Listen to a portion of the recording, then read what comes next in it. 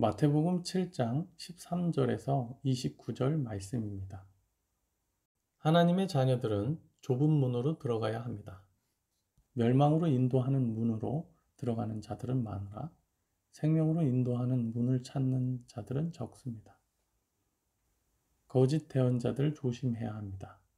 그들은 겉보기엔 하나님의 자녀들처럼 위장하고 있지만 마귀의 자녀입니다. 그들의 열매로 거짓 대언자인지 하나님의 자녀인지 알 수 있습니다. 하나님의 자녀들은 좋은 열매를 맺을 것이고 마귀의 자녀들은 나쁜 열매를 맺을 것입니다. 또한 좋은 열매를 맺지 않는 사람은 결국 지옥불에 던져질 것입니다. 좋은 열매와 나쁜 열매에 관하여는 더보기란에 올려드린 갈라디아서 5장 19절에서 23절을 천천히 묵상해 보시면 좋을 것 같습니다. 주여, 주여 하고 말하거나 주의 이름으로 예언하거나 주의 이름으로 마귀를 내쫓거나 주의 이름으로 놀라운 일들을 행하는 자들이라고 해서 다 하늘의 왕국에 들어가는 것이 아니라 하늘에 계신 아버지의 뜻대로 행하는 자라야 하늘의 왕국에 들어갈 수 있습니다. 심판 때에 많은 사람들이 자신들이 해왔던 불법 행위들이 하나님의 일을 한 것이라 말하겠지만 예수님께서는 그들에게 밝히 말씀하실 것입니다. 불법을 행하는 자들아, 너희는 내게서 떠나라. 그러므로 누구든지 예수님의 말씀을 듣고 그것들을 행하는 자는 자기 집을 반석 위에 지은 지혜로운 사람에 비유할 수 있을 것입니다.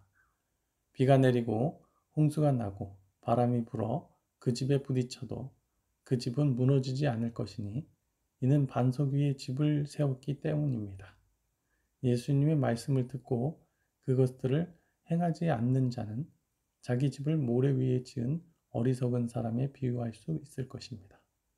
비가 내리고 홍수가 나며 바람이 불어 그 집에 부딪혀 무너져 집의 무너짐이 심할 것입니다.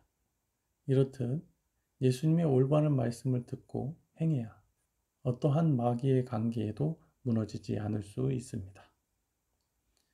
예수님께서 이 말씀들을 마치시니 사람들이 그분의 교리에 깜짝 놀랐습니다.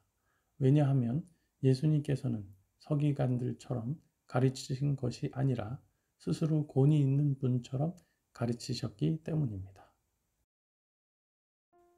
하나님의 말씀을 기준으로 삼고 행동하는 사람은 어떠한 마귀의 관계나 거짓 대언자의 속임수에도 흔들릴 수 없습니다.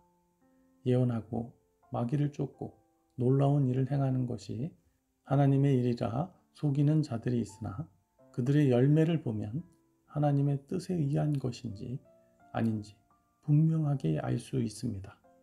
그러므로 성도들은 예수님의 가르침만을 기준으로 삼고 행동해야 할 것입니다.